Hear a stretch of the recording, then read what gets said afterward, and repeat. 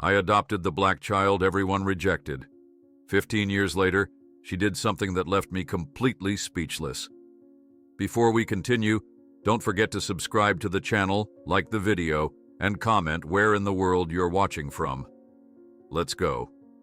Martha Peterson stood in the middle of the small bedroom, adjusting a teddy bear on the freshly made bed. Sunlight streamed through the curtains she'd hung just yesterday, yellow with tiny butterflies that danced when the breeze came through the open window. She straightened the row of children's books on the shelf, classics she remembered from her own daughter's childhood, alongside newer titles recommended by the librarian. Her hands trembled slightly as she smoothed a wrinkle from the quilt. 62 years had etched fine lines around her eyes and silver through her auburn hair, but they had also given her something else, a certainty about what mattered that she wished she'd possessed decades earlier. The phone rang, shattering the quiet. Martha sighed, already knowing who it was before she answered. "Mom." Claire's voice was tight with that familiar mix of concern and exasperation. "The social worker called me. She says you're still going through with this." "Hello to you too, Claire." "Mom, you're 62 years old. You should be joining a book club or taking a cruise, not adopting someone else's problem." Martha closed her eyes, counting silently to 5 before responding. "Zoe is 7 years old, Claire. She's a child, not a problem. A child with severe behavioral issues. That's what the reports say, right? A child who's been through 4 foster homes already. Don't you think there's a reason for that?" The words stung, not because they were cruel, but because they echoed the warnings Martha had heard in 5 separate meetings at the orphanage. The director's careful phrasing, uniquely challenging. The psychologist's clinical assessment, significant attachment disorder. The previous foster mother's tearful confession. "We just couldn't reach her." "I need to finish getting ready, Claire. She'll be here in 3 hours." "Mom, I'll call you tomorrow. Love you." Martha hung up before her daughter could respond. She understood Claire's concern, even appreciated it on some level. But understanding didn't mean she would let it sway her decision. Stepping to the mirror in the hallway, Martha examined her reflection critically. The cream blouse softened her features, and she'd taken extra care with her makeup today. Not too much. She didn't want to look like she was trying too hard, but enough to cover the fatigue from last night's sleeplessness. What would Zoe see when she looked at her? An old woman? A temporary caretaker? Another adult who would eventually give up? A knock at the door interrupted her thoughts. Through the frosted glass, she recognized the silhouette of her neighbor, Evelyn Wilkins, a widow 5 years her senior, who'd become something of a confidant since Martha had moved to the neighborhood after selling the family home. "I brought these," Evelyn said, when Martha opened the door, holding out a small bouquet of daisies. "For your new beginning." "Thank you, Evelyn." Martha accepted the flowers, noticing Mrs. Henderson from across the street quickly averting her gaze and hurrying past. The neighborhood gossip mill had been working overtime since Martha had announced her plans to adopt. "Don't mind them," Evelyn said, following Martha's gaze. "They've just forgotten what it's like to do something brave." After Evelyn left, Martha arranged the daisies in a small vase on the kitchen table. The phone rang again, and this time it was Harold Bennett, the social worker who had been handling Zoe's case. "Mrs. Peterson." His voice always sounded perpetually tired. "I wanted to check in before today's transfer. Are you absolutely certain about this placement? There's no shame in reconsidering." Martha's grip tightened on the receiver. "Mr. Bennett, we've had this conversation. I've completed all the required courses, passed every home inspection, and met all the criteria for adoption. The only question that remains is why you're still asking me this when you wouldn't ask a younger couple the same thing." A pause stretched between them. "It's not your age that concerns me, Mrs. Peterson. It's the specific challenges this child presents. Zoe has difficulty forming attachments. She's intelligent, but she can be deliberately provocative. She tests boundaries constantly, All children test boundaries, Mr. Bennett. It's how they learn what's safe. Another pause. We'll be there at 1 o'clock. After hanging up, Martha checked her watch. 2 hours until Zoe arrived.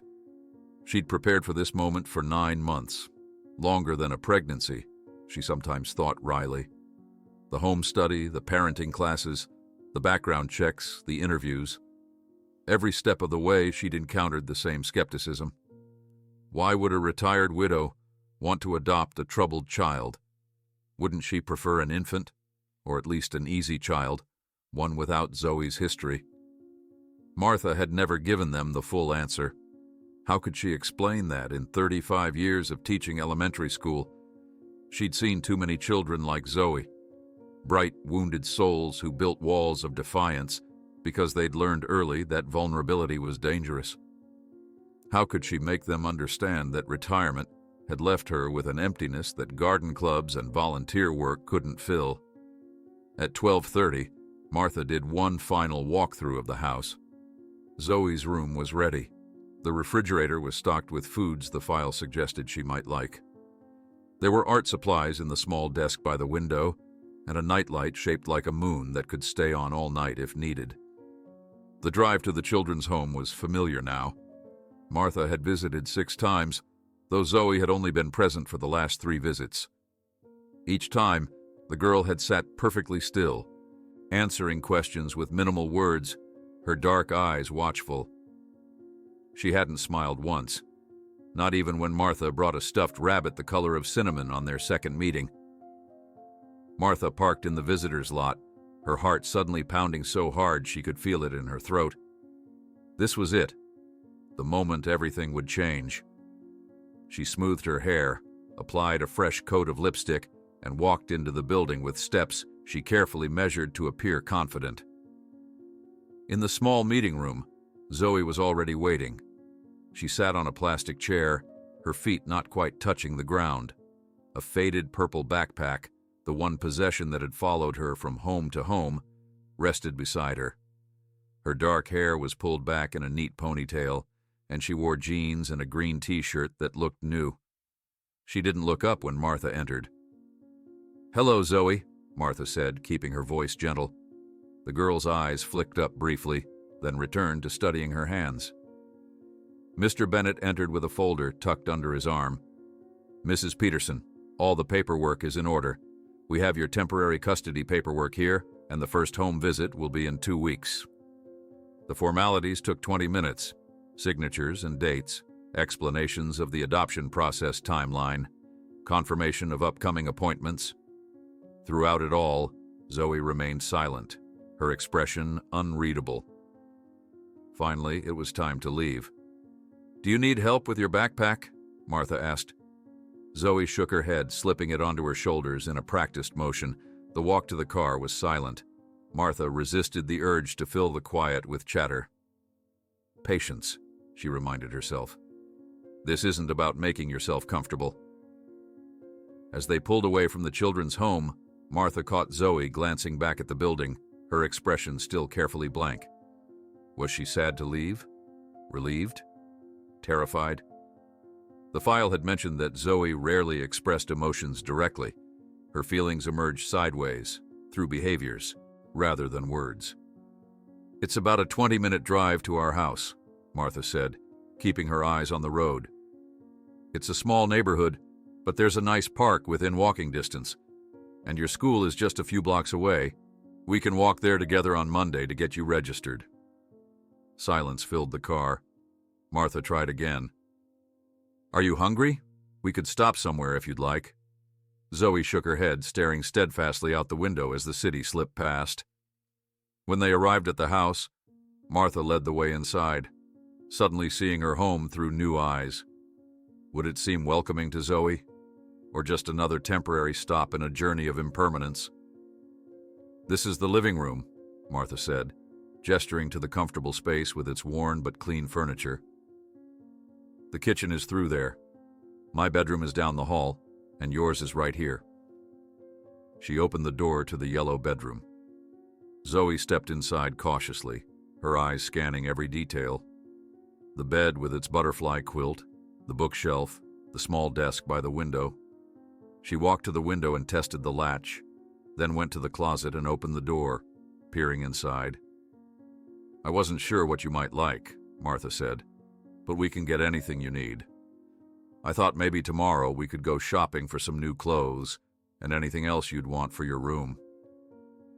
Zoe reached out and touched the teddy bear on the bed with one finger, then quickly withdrew her hand as if afraid of being caught. "Would you like to unpack your things?" Martha asked. "I cleared these 2 drawers for you, and there's space in the closet for anything you want to hang up." Zoe unshouldered her backpack and placed it carefully on the bed. She didn't open it. "When you're ready, I thought we might have some lunch. I made chicken salad sandwiches, but if you'd prefer something else." "How long?" Zoe's voice, used for the first time since they'd met today, was soft but clear. Martha paused. "How long what, sweetheart?" Zoe's dark eyes met hers directly for the first time, assessing and old beyond their years. "How long will I stay here before you send me back like everyone else?" The question struck Martha like a physical blow. In it was the summation of 7 years of learned expectation, that nothing lasted, that no place was permanent, that her presence was ultimately a burden others would tire of bearing. Martha knelt down, bringing herself to Zoe's eye level, careful to maintain enough distance not to seem threatening. "I don't know what happened with the other families, Zoe, but I made a promise when I decided to become your mother, not just to the social workers or to you, but to myself. And that promise is that this is your home for as long as you want it to be. I'm not sending you back." Zoe's expression didn't change, but something shifted in her eyes. Not belief, not yet, but perhaps the smallest seed of possibility. "You can call me Martha for now," she continued. "You don't have to call me Mom unless you want to, and maybe you never will. That's okay too." Zoe gave a small nod, then turned back to stare out the window, effectively ending the conversation. That evening, after a mostly silent dinner, where Zoe ate precisely half of what was served, Martha sat alone at the kitchen table. Zoe had gone to her room, closing the door firmly, not slamming it. Martha had learned enough about her to know that Zoe rarely showed defiance in such obvious ways. Her resistance was quieter, more controlled. Martha's hands trembled slightly as she reached for the small pill container she kept hidden in a pottery jar. She took her evening heart medication with a glass of water, trying to ignore the flutter that had been present in her chest all day. Just stress and excitement, she told herself. Nothing to worry about. As she prepared for bed, Martha paused outside Zoe's door, listening. No sound came from within. Was the child sleeping? Crying? Plotting escape? It took all of Martha's willpower not to open the door and check. Instead, she whispered, "Good night, Zoe," and continued to her own room. Hours later, Martha was jolted awake by a blood-curdling scream from down the hall. The first real challenge of many that were coming had arrived. Martha bolted from her bed, heart racing as another scream tore through the darkness. She fumbled for her robe, mind reeling with possibilities. Was Zoe hurt? Had someone broken in? The digital clock read 2:17 a.m. as she hurried down the hallway toward the sound. "Zoe," she called, pushing open the door to find the bedside lamp knocked over, sheets twisted into knots. The small figure on the bed thrashed wildly, eyes open but unseeing, trapped in the grip of a nightmare. "No, don't!" Zoe's voice was raw with terror. "Please, I'll be good." Martha approached cautiously, remembering what she'd learned in the trauma-informed parenting class. "Zoe, you're safe. It's Martha. You're in your room." When she touched the child's shoulder, Zoe's reaction was instantaneous and violent. With a feral cry, she lashed out, nails raking across Martha's cheek before Martha could react. The sharp pain startled her, but instead of pulling away, Martha followed instinct. She gathered the flailing child into her arms, holding her firmly but gently. "Shh, it's okay. I've got you," she whispered, ignoring the warm trickle of blood she could feel on her face. "It's just a dream. You're safe now." Zoe fought hard, her small body possessed of surprising strength. Martha continued the gentle restraint, murmuring reassurances until, gradually, the struggling subsided. Zoe's breathing slowed from desperate gasps to shuddering inhales. "That's it. I'm right here," Martha soothed. "I'm not going anywhere." Reality seemed to seep back into Zoe's awareness. Her body went rigid as she noticed the scratch on Martha's face, the tiny beads of blood forming along the 3 lines. Martha expected tears, apologies, or perhaps more fear. Instead, Zoe's expression shuddered closed. She pulled away, retreating to the far corner of the bed, watching Martha with wary calculation. She was waiting for the punishment, Martha realized, waiting to see how her new guardian would retaliate. "That must have been a really scary dream," Martha said softly. "Would you like some water?" Confusion flickered across Zoe's face, quickly masked. "I'll be right back," Martha said, moving slowly as she stood. "We'll get you settled back in, okay?" In the bathroom, Martha quickly dabbed at the scratches with antiseptic. They weren't deep, but they stung. She filled a glass with cool water and returned to find Zoe hadn't moved an inch. Martha set the water on the nightstand and righted the lamp. "Would you like me to stay until you fall asleep again?"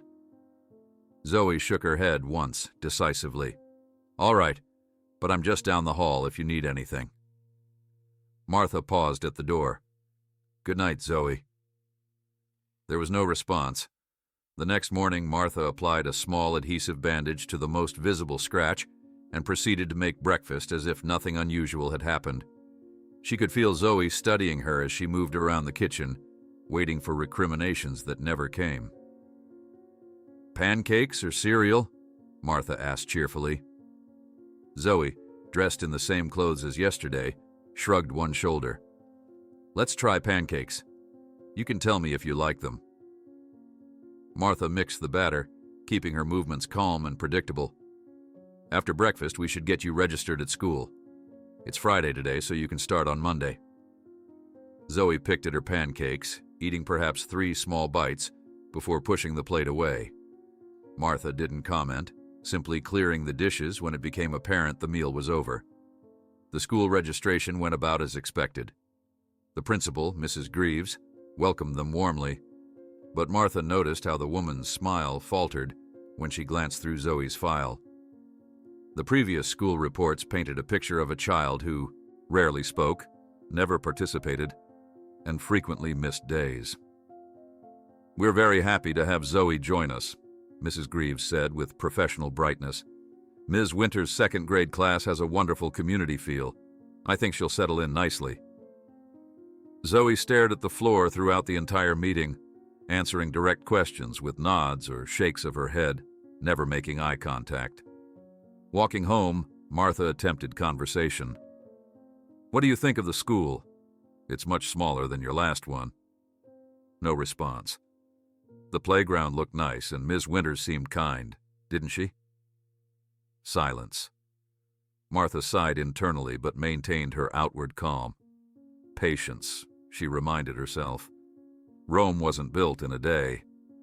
After lunch, another mostly untouched meal, Martha made a difficult decision. "Zoe, I need to run an errand. I won't be gone long, about an hour.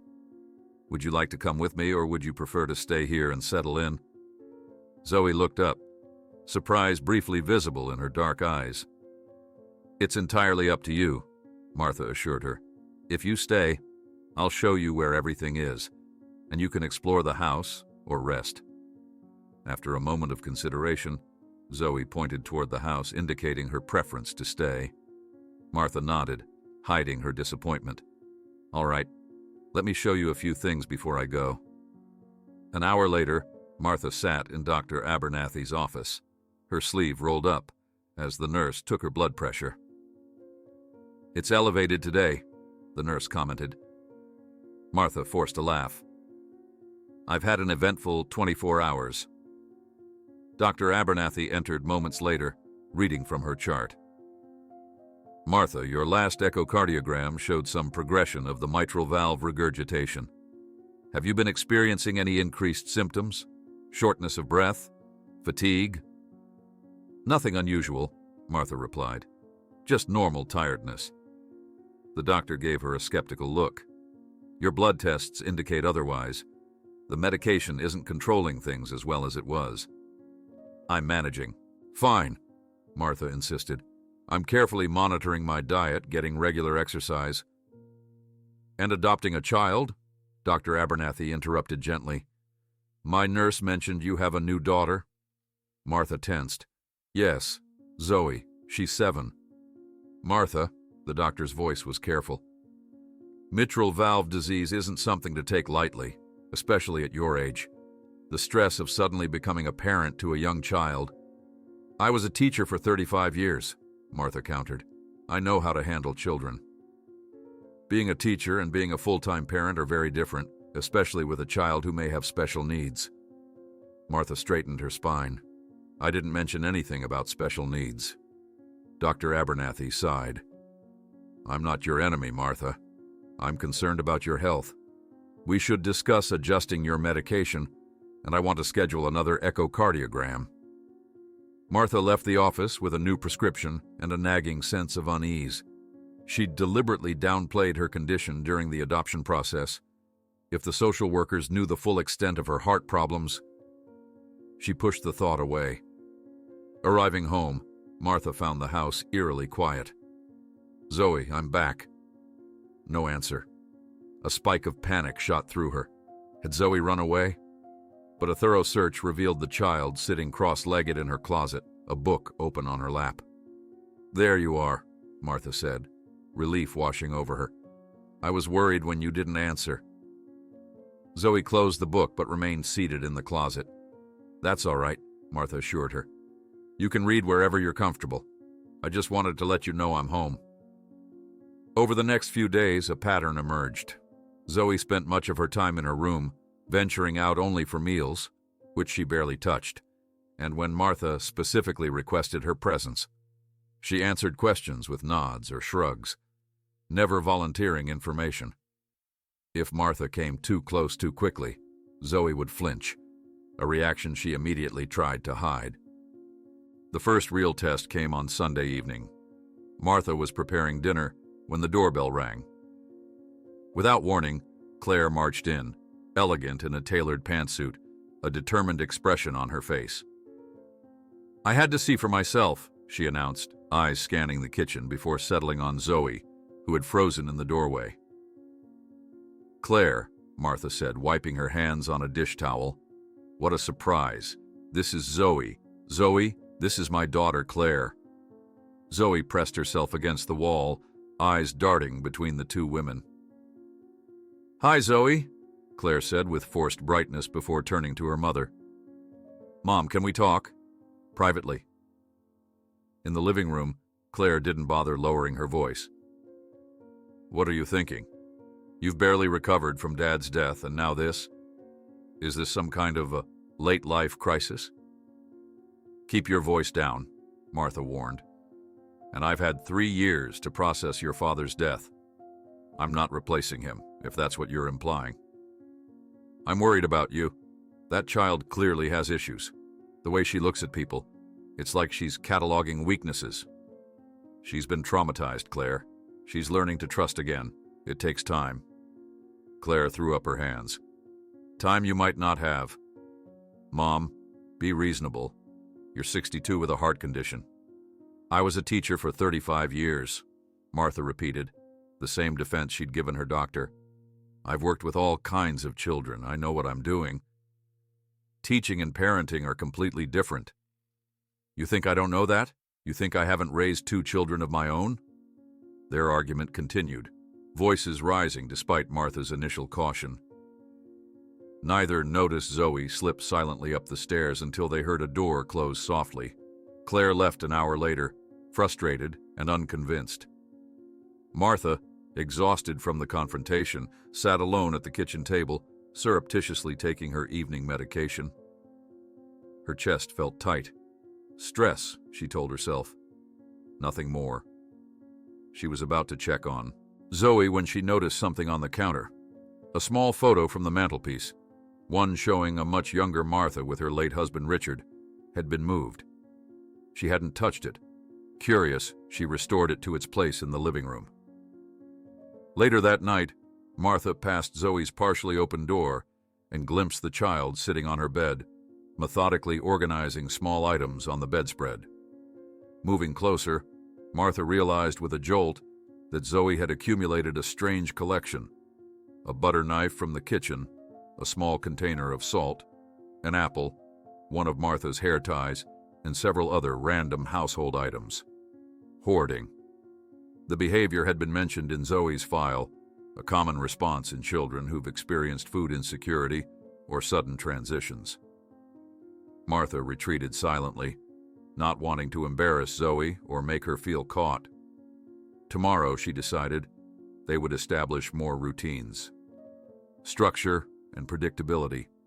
That's what the books recommended for building trust. As she prepared for bed, Martha felt another twinge in her chest, sharper this time. She sat on the edge of her bed, breathing slowly until it passed, then took her medication with trembling hands. She couldn't afford to be sick. Not now, when Zoe needed stability more than ever. Later that week, Martha was reading in bed when she heard the softest of sounds from the hallway. Peering through her partially open door, she saw Zoe, still in her day clothes despite the late hour, standing like a sentinel outside Martha's room. The child wasn't trying to enter. She was simply watching, as if standing guard. Martha pretended not to notice, turning a page in her book. After several minutes, Zoe retreated to her own room. The following morning, Martha woke early, feeling surprisingly rested. She headed to the kitchen to prepare breakfast, planning to make oatmeal with cinnamon. Something warm and comforting to start the day. She stopped abruptly in the kitchen doorway. Zoe was already there, surrounded by chaos. Flour dusted the countertops and floor. Eggshells were scattered near the sink, and a mixing bowl had overturned, spilling sticky batter. Amid this disaster stood Zoe, her small face tense with apprehension, waiting for Martha's reaction to her attempt at making the cookies they'd seen on a baking show the previous evening. For a moment, Martha stood frozen in the doorway, taking in the scene before her. The kitchen looked like a small explosion had occurred. Flour dusted every surface, eggshells scattered across the counter, and sticky batter dripped onto the floor. In the middle of it all stood Zoe, her small frame tense, dark eyes watchful, clearly waiting for anger or punishment. Instead of the reprimand the child clearly expected, Martha felt something warm unfurl in her chest. This mess represented the first independent action Zoe had taken, the first risk she'd dared to take in her new home. "You're making cookies," Martha said softly, stepping into the kitchen. Zoe's eyes darted to the floor, then back to Martha's face, assessing. The child's voice was barely audible. "I saw how you did it yesterday." Martha moved carefully, keeping her body language open as she approached. "Would you like me to help you start over? I can show you the right measurements." Confusion flickered across Zoe's face, quickly replaced by wariness. She nodded once, a short, jerky movement. "First, let's clean this up together," Martha said, reaching for a dishcloth. "Cooking always involves cleaning as you go." Silently, they wiped counters and swept floors. Martha demonstrated without demanding participation, but gradually, Zoe began to help, mimicking Martha's movements with careful precision. When the kitchen was reasonably restored, Martha pulled out fresh ingredients. "Now, let's start properly. Can you get the measuring cups from that drawer?"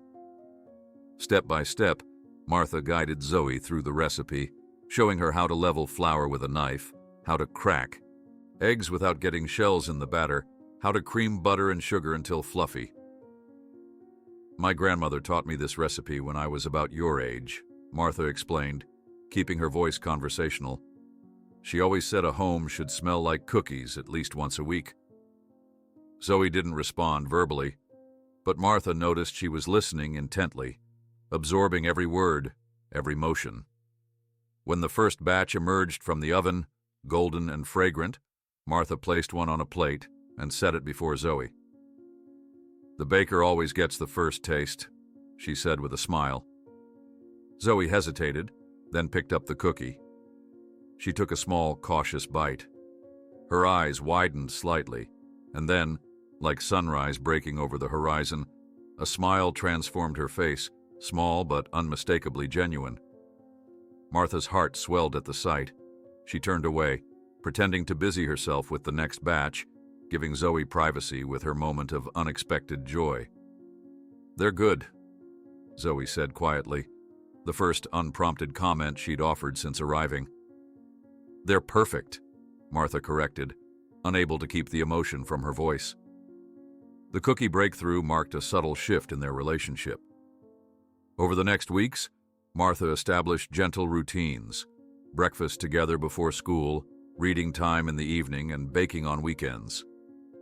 Zoe remained largely silent, but the wariness in her eyes began to soften occasionally, especially during their baking sessions.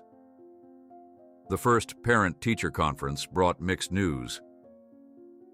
"Zoe is extremely bright," Ms. Winters explained, "but she rarely participates. She completes her work perfectly, then sits silently, watching the other children but never joining them." "Has there been any trouble?" Martha asked. Ms. Winters hesitated. "No outbursts, if that's what you mean. But there is. Isolation. The other children have picked up on her difference. Children can be intuitive, but not always kind." Martha nodded, heart aching. "We're taking small steps at home. It will take time." "I understand she's in a new placement with you?" the teacher asked delicately. "Not a placement, a home," Martha corrected firmly. "I'm adopting her." The weeks settled into a pattern. Martha managed her medication carefully, always in private, unwilling to burden Zoe with worries about her health. The child's nightmares continued, though less frequently. Sometimes Martha would find evidence that Zoe had been up during the night: a book moved, a glass of water on the counter, the back door double-checked for locks. One Wednesday afternoon, Martha was washing dishes, while Zoe worked silently on homework at the kitchen table. They had fallen into a comfortable rhythm, the silence between them no longer quite as heavy. Outside, early spring sunshine warmed the garden where they had planted tulip bulbs the previous weekend, Zoe's first gardening experience. Martha was thinking about what to prepare for dinner when a strange sensation gripped her chest. Not quite pain, but a heaviness, a pressure that hadn't been there before. She gripped the edge of the sink, trying to steady herself as the kitchen tilted sickeningly. "Martha?" Zoe's voice seemed to come from very far away. Martha tried to answer, to reassure, but the pressure intensified. Black spots danced at the edges of her vision. Her knees buckled, and the last thing she heard was the clatter of Zoe's chair scraping back from the table and the child's terrified voice calling her name. When Martha next opened her eyes, harsh fluorescent lights stabbed at her vision.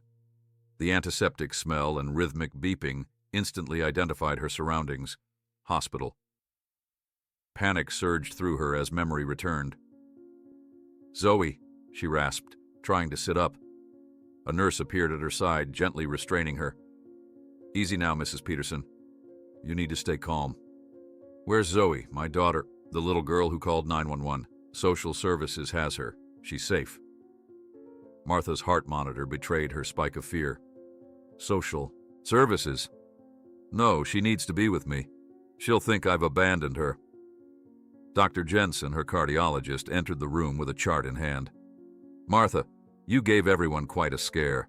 You suffered what we call a cardiac event, not a full heart attack, but a serious warning sign." "I need to see Zoe," Martha insisted. The doctor's expression grew stern. "What you need is to focus on your health right now. Your mitral valve regurgitation has worsened significantly. Why didn't you come in when your symptoms increased?" Martha looked away. I've been busy. The adoption, yes, about that. Dr. Jensen sat on the edge of the bed. The social worker mentioned you never disclosed your heart condition during the adoption process. Is that true? The question hung in the air between them, damning in its simplicity.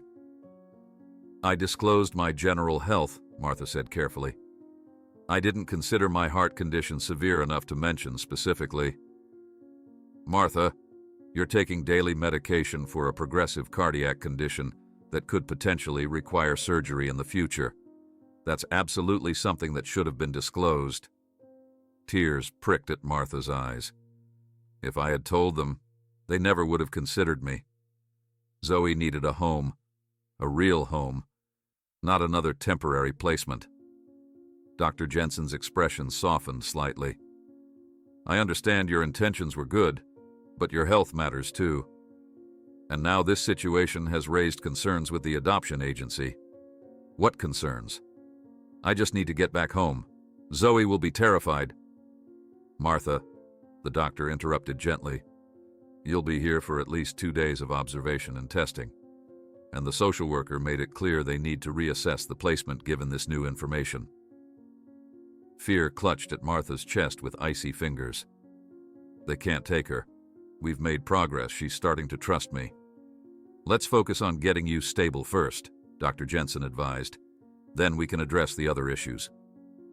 2 agonizing days passed before Martha was deemed stable enough for discharge. Throughout her hospital stay, she had been denied contact with Zoe, a temporary precaution according to the evasive answers she received from the nursing staff. Claire arrived to drive her home, her expression a complex mixture of concern and vindication. Mom, this is exactly what I was worried about. Not now, Claire, Martha said wearily as she was wheeled to the hospital exit. Just take me home so I can find out where they've taken Zoe. She's at home, Claire said, helping Martha into the passenger seat. Mrs. Wilkins has been staying there with her. I arranged it. Thought it would be better than some emergency shelter. Martha turned to her daughter in surprise. You did that? Claire shrugged uncomfortably. The kid was scared out of her mind. Wouldn't talk to anyone but the 911 operator. Kept asking if you were dead. Tears sprang to Martha's eyes. Thank you. The drive home was tense with unspoken words. When they pulled into the driveway, Martha saw Mrs. Wilkins's face appear at the window, then vanish quickly. The front door opened before they reached it. Zoe stood in the doorway, her small face pale and drawn, dark circles under her eyes suggesting sleepless nights. She stared at Martha with an intensity that was painful to witness. Hello, Zoe, Martha said softly, fighting the urge to rush forward and embrace the child. I'm sorry I scared you. For a long moment, Zoe didn't move. Then, with careful deliberation, she stepped back to allow Martha entry into the house. It wasn't a hug or a verbal welcome, but Martha recognized it for what it was. Permission to return to the space they shared. Mrs. Wilkins bustled forward. Thank goodness you're home, Martha. We've been managing, haven't we, Zoe? But it's not the same without you. Zoe remained silent, her eyes never leaving Martha, as if afraid she might vanish again. Later, after Claire and Mrs. Wilkins had departed with promises to check in tomorrow, Martha sat with Zoe at the kitchen table. The child had barely spoken a word, but had followed Martha from room to room, keeping her constantly in sight. I need to tell you something important, Martha said gently. I have a condition, a problem with my heart. That's why I got sick the other day. Zoe's expression remained unreadable, but her fingers tightened on the edge of the table. The doctors gave me medicine to help, and I'm going to be very careful about taking it properly. What happened the other day was scary, but it doesn't mean... A sharp knock at the door interrupted her explanation. Martha opened it to find a severe-looking woman in a charcoal pantsuit, a thick folder tucked under her arm. Mrs. Peterson, I'm Diane Reynolds from Child Protective Services. I need to discuss your situation. Her eyes flicked past Martha to where Zoe stood in the hallway. In light of your undisclosed medical condition, we need to reevaluate the suitability of this home." Martha gestured for Ms. Reynolds to enter, acutely aware of Zoe hovering in the hallway, her small body gone rigid at the sight of the social worker. "Zoe, would you mind going to your room for a little while? I need to speak with Ms. Reynolds," Martha said gently. The child's eyes darted between Martha and the visitor, calculation evident in her gaze. Without a word, she retreated down the hallway, though Martha suspected she wouldn't go far. In the living room, Ms. Reynolds sat with perfect posture on the edge of the sofa, her folder open on the coffee table. "Mrs. Peterson, I'll be direct. Your failure to disclose a serious cardiac condition during the adoption process raises significant concerns about your transparency and, frankly, your judgment." Martha met the woman's gaze steadily. "I understand how it appears, Ms. Reynolds, but I've managed this condition for years. My doctors had cleared me for normal activities, and I didn't believe it would impact my ability to care for Zoe. You were hospitalized for a cardiac event 3 days ago," Ms. Reynolds stated flatly. "That suggests otherwise. A setback, not a pattern."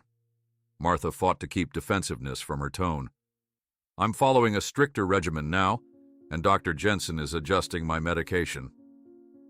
Ms. Reynolds made a notation in her file. "The adoption committee requires full medical transparency precisely because of situations like this. Had we known, proper contingency plans would have been established from the beginning." "And had you known," Martha countered, "would Zoe have been placed with me at all, or would she have been deemed too challenging for someone with my health profile?" The social worker's silence was answer enough. "She's been in 4 homes in less than 2 years, Ms. Reynolds." 4. Martha leaned forward. "I was a teacher for 35 years. I've worked with children like Zoe, brilliant, guarded children who've been let down by adults too many times. I know what I'm doing, and more importantly, we're beginning to connect." "Be that as it may," Ms. Reynolds replied, "we need a comprehensive health assessment and a detailed care plan moving forward." She pulled out several forms. "We'll need these completed by your cardiologist within the week. Additionally, we'll require documentation of a support system. Individuals who can step in should you experience another medical emergency." Martha accepted the paperwork, her heart sinking at the official letterhead from the Department of Child Services. "And in the meantime, I'll be conducting weekly home visits to assess Zoe's adjustment and your recovery. Our primary concern is Zoe's stability." "As is mine," Martha said firmly. After Ms. Reynolds departed, Martha found Zoe sitting halfway up the stairs, where she'd undoubtedly overheard everything. "That was Ms. Reynolds," Martha explained unnecessarily. "She's going to be visiting us for a while to make sure everything is going well." Zoe's expression remained neutral, but her shoulders had taken on the familiar, hunched position that appeared whenever she felt threatened. Martha recognized the body language from their early days together. Zoe was preparing for another disruption, another move, another abandonment. That night, Zoe refused dinner and retreated to her room early. When Martha checked on her later, she found the child wide awake, staring at the ceiling. "Can't sleep?" Martha asked softly. Zoe shook her head. Martha sat carefully on the edge of the bed. "I know today was scary, but I want you to know something. I'm going to do everything possible to make sure you stay here with me." Zoe turned to look at her, dark eyes searching Martha's face for deception. "The lady thinks you're too old and sick to keep me." The blunt assessment, delivered in Zoe's quiet voice, struck Martha like a physical blow. "Ms. Reynolds is concerned about my health, yes, but I'm going to show her, and everyone else, that I'm perfectly capable of being your mother. Until you get sick again." Martha took a deep breath. "I have a condition that sometimes makes my heart not work as well as it should. That's why I take medicine every day. What happened the other day was scary, but it happened partly because I wasn't taking proper care of myself. I'm going to do better now." Zoe was silent for a long moment. Then, in a voice so small, Martha almost missed it, "My first foster mom said she'd keep me forever. She got sick too. Then she sent me back." Martha's heart ached at this glimpse into Zoe's past, the broken promises that had taught her to expect abandonment. "I can't promise I'll never get sick again, Zoe, but I can promise I will never, ever send you back. Not for any reason." The child's eyes glistened with unshed tears before she turned her face away. Martha resisted the urge to reach out and stroke her hair, knowing physical comfort needed to be on Zoe's terms. "Would it help if I read you a story?" she offered instead. A tiny nod was the only response. The following days established a new rhythm. Martha arranged for Mrs. Wilkins to be officially listed as an emergency contact and backup caregiver. Dr. Jensen completed the required health assessment, though his conclusions, stable with medication but requiring monitoring, felt precarious to Martha. Zoe, meanwhile, regressed to the watchful silence of their earliest days together. At school, her teacher reported she had stopped participating in group activities entirely, preferring to sit alone during recess, observing others from a distance. "She seems hypervigilant," Ms. Winters explained during a phone call, "like she's waiting for something bad to happen." Martha recognized the behavior. Zoe was protecting herself, retreating behind her walls in anticipation of another disruption. Trust, so tentatively established through weeks of cookies and bedtime stories, had been shaken by Martha's hospitalization and the subsequent scrutiny of social services. On Thursday afternoon, Martha discovered evidence of just how deeply Zoe's insecurity had taken root. While changing the sheets on Zoe's bed, she found a stash of food hidden beneath the mattress, crackers wrapped in napkins, an apple, a small container of peanut butter, several granola bars clearly taken from the pantry. Martha sat heavily on the edge of the bed, the small hoard clutched in her hands. The behavior was textbook for children with Zoe's history, preparing for unexpected changes, ensuring basic needs would be met if suddenly relocated. She carefully returned everything to its hiding place. Confronting Zoe would only embarrass her and reinforce the belief that she couldn't trust Martha. Instead, Martha made a mental note to ensure the pantry remained well stocked with portable, non-perishable items, tacit permission for Zoe to take what she needed to feel secure. That evening, the doorbell rang during dinner. Martha opened it to find Claire on the doorstep, an overnight bag slung over her shoulder. "The hospital called me," Claire announced without preamble. "They said you missed your follow-up appointment." Martha winced. "I rescheduled. It conflicted with Zoe's school conference." "So you prioritized a school meeting over your cardiac care?" Claire pushed past her mother into the house. "This is exactly what I've been worried about." In the dining room, Zoe sat frozen at the table, fork suspended midway to her mouth, eyes wide at the intrusion. "Hello, Zoe," Claire said, her tone softening slightly. "Remember me? I'm Martha's daughter." Zoe nodded once, but remained tensely alert, like a small animal sensing a predator. "Claire, we were in the middle of dinner," Martha said pointedly. "Would you like to join us?" "Actually, I'd like to speak with you privately." In the kitchen, Claire didn't bother lowering her voice. "I talked to Dr. Jensen. He says you're not following the recovery plan. You're supposed to be resting, limiting stress, not running around managing a child with special needs." "Lower your voice," Martha hissed. "And Zoe doesn't have special needs. She has a history of trauma that requires patience and consistency, which is exactly what I'm providing." "You barely managed to raise Tom and me when you were young and healthy, with Dad's help," Claire argued. "How do you possibly think you can handle this alone now?" The accusation stung with its kernel of truth. Martha had struggled as a young mother, particularly with Tom's teenage rebellions, but she'd grown since then, learned from those early mistakes. "I'm not the same person I was 30 years ago," Martha said quietly. "And I'm not alone. I have Mrs. Wilkins. I have support systems. You have a ticking time bomb in your chest, Claire interrupted brutally. And I found these in your trash. She pulled out a pharmacy bag. You're hiding your medication from the child? Living in denial about your condition? Martha flushed. I'm not hiding anything important. I just don't want Zoe worrying about me. She's been through enough. This isn't sustainable, Mom. What happens when, not if, when, you have another episode? Have you thought about what that does to her? To have someone else vanish from her life? Before Martha could respond, a small sound from the doorway caught their attention. Zoe stood there, her face expressionless, but her body language screaming distress, shoulders hunched, hands balled into fists at her sides. Zoe, Martha began, but the child had already turned and fled down the hallway. Seconds later, her bedroom door clicked shut. Now look what you've done, Martha snapped at Claire. What I've done.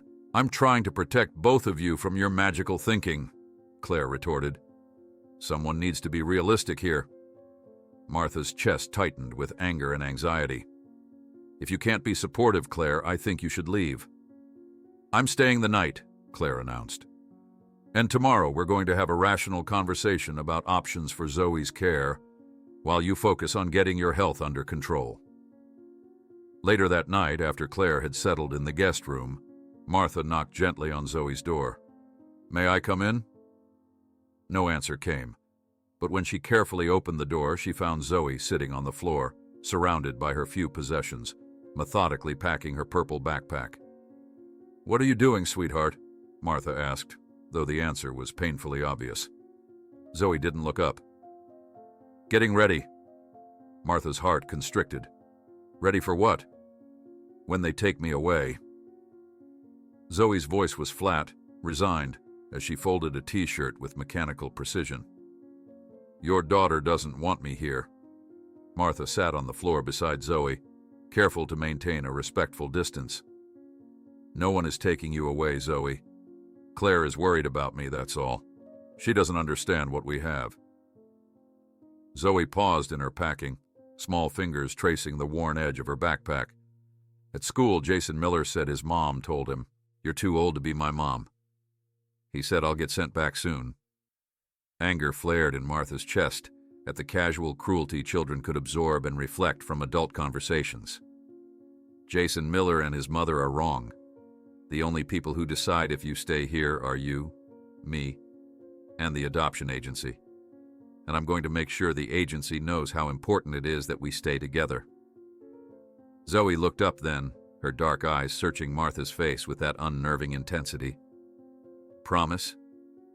I promise. Martha held the child's gaze steadily. You belong here with me.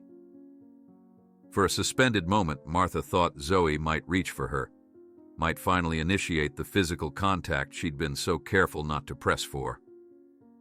But the moment passed, and Zoe simply nodded once before returning to her methodical packing, unwilling or unable to fully believe in permanence just yet. Martha opened the front door the next morning to find another official envelope from the Department of Child Services. With trembling fingers, she unfolded the letter and read the first line. Due to concerns about your capacity to provide adequate long-term care, a hearing has been scheduled to reassess the permanent placement of minor Zoe Campbell. Martha sat at the kitchen table, surrounded by a fortress of documents. The hearing notice lay at the center like a battle plan, its official letterhead declaring war on the life she and Zoe had begun to build. The morning sunlight streaming through the window seemed to mock the darkness she felt closing in around them.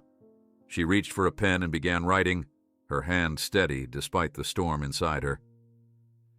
If the system wanted documentation, she would bury them in it. If they wanted justification, she would provide irrefutable evidence that Zoe belonged with her. Mrs. Peterson, Dr. Reynolds' voice carried a warmth that had been absent during their previous encounters at the hospital. I've reviewed your case extensively, and I want you to know I'm willing to advocate for you. Martha clutched the phone tighter, You understand what's at stake? I do. Your condition is serious but manageable with proper medication and monitoring. There's no medical reason you can't provide a stable home for a child. Relief washed over her. Would you be willing to put that in writing? For the hearing? Already drafting the letter, he confirmed. I'll emphasize that while your condition requires attention, it shouldn't disqualify you from parenthood. Many parents have health conditions more severe than yours and raise children successfully. After hanging up, Martha opened her laptop and began crafting what she considered her most important document, a comprehensive emergency plan. She detailed medication schedules, contact information for her doctors, and step-by-step procedures for any potential health crisis. Mrs. Wilkins would be designated as the primary emergency caregiver, with Claire reluctantly listed as secondary. What if Mrs. Wilkins isn't available? Claire had argued during their tense breakfast. She's almost 70 herself. Then you'll step in, Martha had replied simply. Because whatever our differences, I know you wouldn't let Zoe go to strangers. Martha was adding the final touches to her emergency plan when she heard a soft sound from the hallway. She looked up to find Zoe standing in the doorway, her face uncharacteristically pale. Everything okay, sweetheart? Martha asked, trying to keep her voice light. Zoe approached the table slowly, eyeing the spread of papers. Are those about me? Martha considered sugarcoating the truth, then thought better of it. Yes, these are documents I'm preparing for a meeting to show that this is where you belong. Zoe's eyes darted to the hearing notice. Martha had underestimated the child's reading ability. They want to take me away, Zoe stated flatly. They want to make sure you're in the best possible home, Martha corrected gently, and I'm going to show them that you are. Zoe's hand drifted to her pocket, where Martha knew she kept small treasures. A smooth stone from their garden, a colorful paper clip, things that could travel with her if necessary. The other families said that too, before they gave me back. Martha's heart clenched. This is different, Zoe. I'm not giving you back. Not ever. That night, Martha went to check on Zoe before bed and found the room empty. Panic flared briefly until she spotted a dim light under her own bedroom door. She pushed it open to find Zoe sitting cross-legged on her bed, organizing Martha's pill bottles into neat rows. What are you doing, Zoe? Martha asked softly. The child looked up, momentarily uncertain, as if expecting reproach. Making sure they're in order. Morning pills here, night pills here. She pointed to the groups she'd created. Martha approached slowly, taking in the methodical arrangement. Each bottle was lined up precisely, labels facing forward. Beside them lay a piece of paper covered in Zoe's careful handwriting, a schedule of medication times. How did you know which ones are which? Martha asked, sitting gently on the edge of the bed. I looked them up, Zoe said simply, at the school library. Mrs. Grant helped me find books about heart medicine. Martha was speechless. While she had been working to secure their future together, Zoe had been conducting her own research, preparing in the only way she knew how, by becoming indispensable. I can remind you when to take them, Zoe continued, her voice gaining confidence. I already know the times, and I can call 911 if you need it. I did it right last time. Martha swallowed the lump in her throat. You did everything perfectly last time, she confirmed. But Zoe, it's not your job to take care of me. It's my job to take care of you. Zoe looked at her directly then, with a wisdom far beyond her years. We could take care of each other. The next morning, Martha was awakened by the sound of hushed voices from the kitchen. She found Mrs. Wilkins at the table with Zoe, the two of them hunched over papers spread across the surface. Good morning, Martha said, surprised to see her neighbor so early. Mrs. Wilkins looked up with a conspiratorial smile. Zoe called me, said you needed help with your battle plan. Martha raised an eyebrow at Zoe, who ducked her head but didn't appear embarrassed. I see. And what strategy have you two devised? We're organizing the neighborhood petition," Mrs. Wilkins explained, gesturing to the papers. 23 signatures so far from neighbors who support your adoption of Zoe." Martha was touched by the gesture, even as she wondered how effective a petition would be against bureaucratic concerns about her health. Still, community support couldn't hurt. Later that day, while Zoe was at school, Martha met with an adoption attorney recommended by a former colleague. The woman's office was warm but professional, lined with family photographs alongside her credentials. "Your case has challenges," the attorney admitted after reviewing the documents, "but it's far from hopeless. The bond you've established with Zoe, your teaching background, and your transparent health management plan all work in your favor." "And working against me?" Martha pressed. "Your age, combined with your health condition, creates a profile that makes the agency nervous about long-term stability," the attorney said frankly. "We need to emphasize that Zoe's emotional well-being depends on continuity of care, specifically your care." Martha nodded, drawing strength from the attorney's practical approach. "Zoe has had enough disruption. She needs stability more than anything." The meeting had been productive, but Martha felt drained as she drove to pick up Zoe from school. She was waiting at the usual spot when the school secretary emerged instead of Zoe. "Mrs. Peterson, there's been an incident. Principal Barnes would like to see you." Martha's heart sank as she followed the woman into the building. In the principal's office, she found Zoe sitting stone-faced in a chair, her new backpack, a gift from Martha to replace the tattered purple one, on the floor beside her.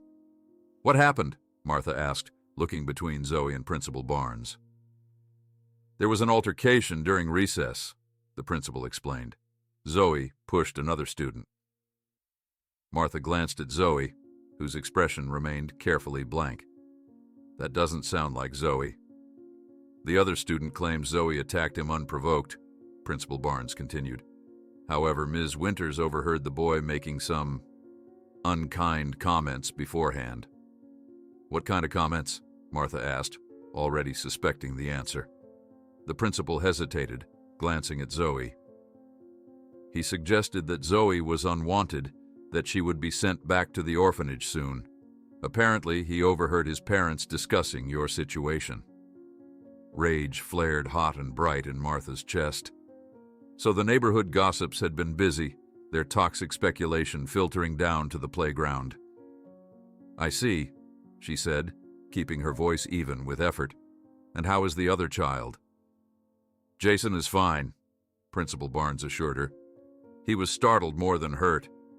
However, we have a zero-tolerance policy for physical aggression." Martha nodded, placing a gentle hand on Zoe's shoulder. To her surprise, the child didn't flinch away. "We understand. Zoe knows that pushing isn't appropriate, regardless of provocation. We'll discuss this at home." In the car, Martha waited until they were away from the school before speaking. "Would you like to tell me what happened with Jason?" Zoe stared out the window, shoulders rigid. "He said you were going to die because you're too old, and then I'd go back to the group home." Martha forced herself to breathe through the surge of anger. What he said was cruel and untrue, but pushing him wasn't the right response. "I know," Zoe whispered. Then, almost inaudibly, "I was scared." It was the most emotional admission Zoe had made since coming to live with her. Martha was formulating a response when a sharp pain lanced through her chest, stealing her breath. She gripped the steering wheel tightly, trying to focus on the road as her vision briefly tunneled. "Martha?" Zoe's voice was suddenly alert, frightened. "I'm okay," Martha managed, slowing the car and pulling carefully to the side of the road. "Just need a minute." The episode passed quickly, but not before Zoe had unbuckled her seatbelt and reached for Martha's purse, efficiently locating the emergency nitroglycerin tablets the doctor had prescribed. "Under your tongue," Zoe instructed with surprising authority, pressing the tablet into Martha's hand. Martha complied. both alarmed and touched by Zoe's quick action. Where had the child learned this specific medical response? As the pain subsided, Martha realized Zoe was already dialing on the cell phone they kept for emergencies. "Wait," Martha said, placing her hand over Zoe's. "I'm all right now. It was just a small episode." Zoe lowered the phone, her dark eyes studying Martha's face with frightening intensity. "You went white, like before." "It wasn't as serious," Martha assured her. "The medicine helped right away. Thank you for knowing what to do." That evening, after Zoe had gone to bed, Martha discovered a small stack of library books hidden beneath the child's pillow. Not the usual storybooks, but medical texts, clearly intended for adults. Living with heart disease, cardiac care basics, emergency response for cardiac events. Martha sat heavily on the edge of Zoe's bed, leafing through the books with trembling hands. Pages had been marked with colorful sticky notes, certain sections underlined in pencil. A small notebook contained Zoe's careful handwriting, listing symptoms to watch for and appropriate responses. The realization hit Martha with devastating clarity. While she had been trying to protect Zoe from worrying about her health, the child had been secretly preparing to become her caretaker. The next day, Martha organized Zoe's medications in a pill organizer, carefully labeling each compartment. "This way," she explained, "we both know exactly what I need to take and when." Zoe watched intently as Martha demonstrated the system. "I can help check it," she offered. "That would be very helpful," Martha agreed, recognizing the importance of allowing Zoe this role. "We'll be partners in this." As they worked together, the phone rang. Martha answered to find it was her doctor's office with unexpected news that changed everything. She would need cardiac surgery much sooner than anticipated, with a recovery period measured in months, not weeks. While Martha listened in stunned silence, Zoe watched her face, already sensing that another storm was coming. Martha sat in the hard plastic chair of Dr. Jensen's office, the folder containing her test results lying open on the desk between them. The cardiologist's expression was grave as he pointed to the echocardiogram images. "The mitral valve regurgitation has progressed significantly," he explained, his finger tracing the blood flow patterns visible on the scan. "We've tried to manage it with medication, but I'm afraid we've reached the point where surgical intervention is necessary." Martha nodded, struggling to absorb the information while maintaining her composure. "What exactly does the surgery involve?" "It's an open-heart procedure to repair or possibly replace the damaged valve," Dr. Jensen said. "The success rate is good, especially given your otherwise healthy condition. But the recovery is substantial. Typically, 2 to 3 months before you can resume normal activities, with the first few weeks requiring significant assistance with daily tasks." Martha's mind immediately went to Zoe. 3 months of limited mobility, weeks of needing help with basic functions. The timing couldn't possibly be worse. "How soon?" she asked. "I'd recommend scheduling within the next 3 weeks. The condition is deteriorating faster than expected, and waiting increases your risk." The drive home felt surreal, the familiar streets blurring as Martha mentally calculated the implications. The adoption hearing was in 2 weeks. Surgery would follow shortly after. And then what? Who would care for Zoe during her recovery? How would this affect their already precarious standing with social services? As she pulled into the driveway, Martha noticed Claire's car already parked on the street. Her daughter was sitting on the porch steps, scrolling through her phone. "Mom!" Claire stood as Martha approached, her expression a mix of concern and determination. "Mrs. Wilkins called me about your appointment. I see the neighborhood intelligence network is functioning efficiently," Martha remarked dryly, unlocking the front door. Inside, Mrs. Wilkins was reading to Zoe in the living room. The elderly neighbor looked up with poorly concealed worry as Martha entered. "Everything all right, dear?" she asked. Martha forced a smile. "We'll discuss it later." She turned to Zoe, who was watching her with those perceptive eyes that missed nothing. "How was school today?" "We made solar system models," Zoe said quietly. "I painted Neptune blue." "That sounds lovely. May I see it later?" Zoe nodded, still studying Martha's face with unsettling intensity. "I'll head home now," Mrs. Wilkins said, gathering her things. "Call if you need anything." When the neighbor had gone, Claire immediately began unloading her overnight bag in the guest room. "I'm staying for a few days," she announced, "and I've taken time off work next week, too." Martha followed her daughter. "That's not necessary, Claire." "It is, and you know it." Claire turned to face her mother. "What did the doctor say?" Martha hesitated, aware that Zoe might be listening. "We can discuss it after dinner." During the meal, Claire made strained attempts at conversation, while Martha picked at her food, and Zoe observed their interaction with silent vigilance. After they'd finished, Martha sent Zoe to take her bath while she and Claire cleaned up.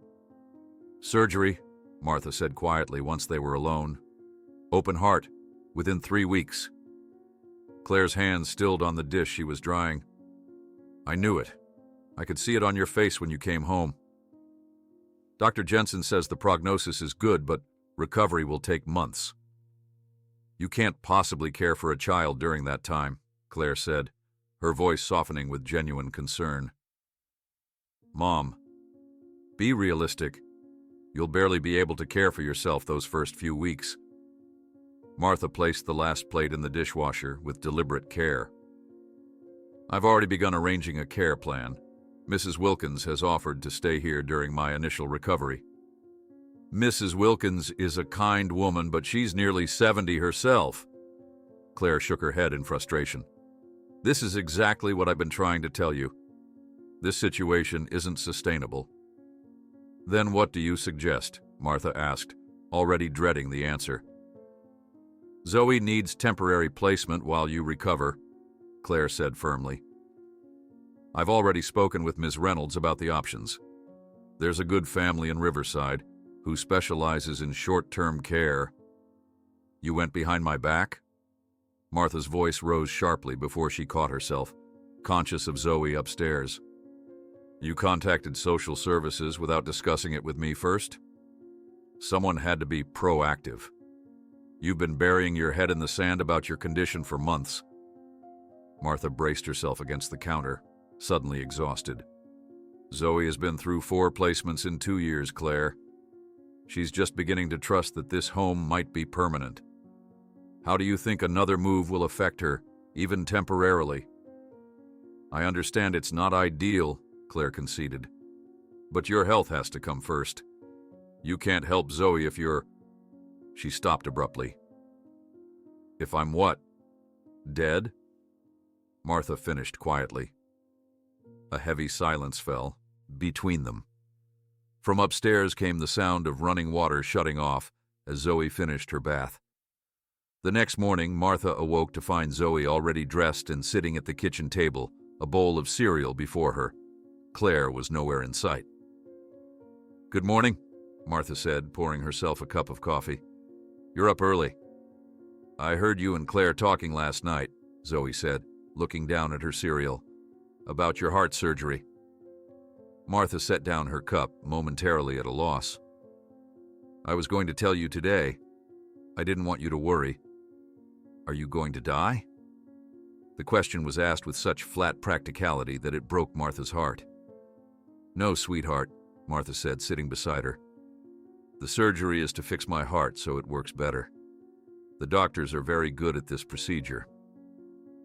Zoe nodded once, absorbing this information. "Claire wants to send me away while you get better." Martha reached out, gently covering Zoe's small hand with her own. To her surprise, the child didn't pull away. "I don't want that to happen, and I'm doing everything I can to prevent it." "I can help you," Zoe insisted, looking up with unexpected fervor. "I won't be trouble. I can be quiet when you need to rest. I know about medicines and bandages." Martha swallowed against the tightness in her throat.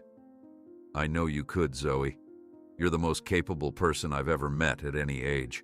But it's not about whether you can help or be good. It's about making sure you're properly cared for while I recover.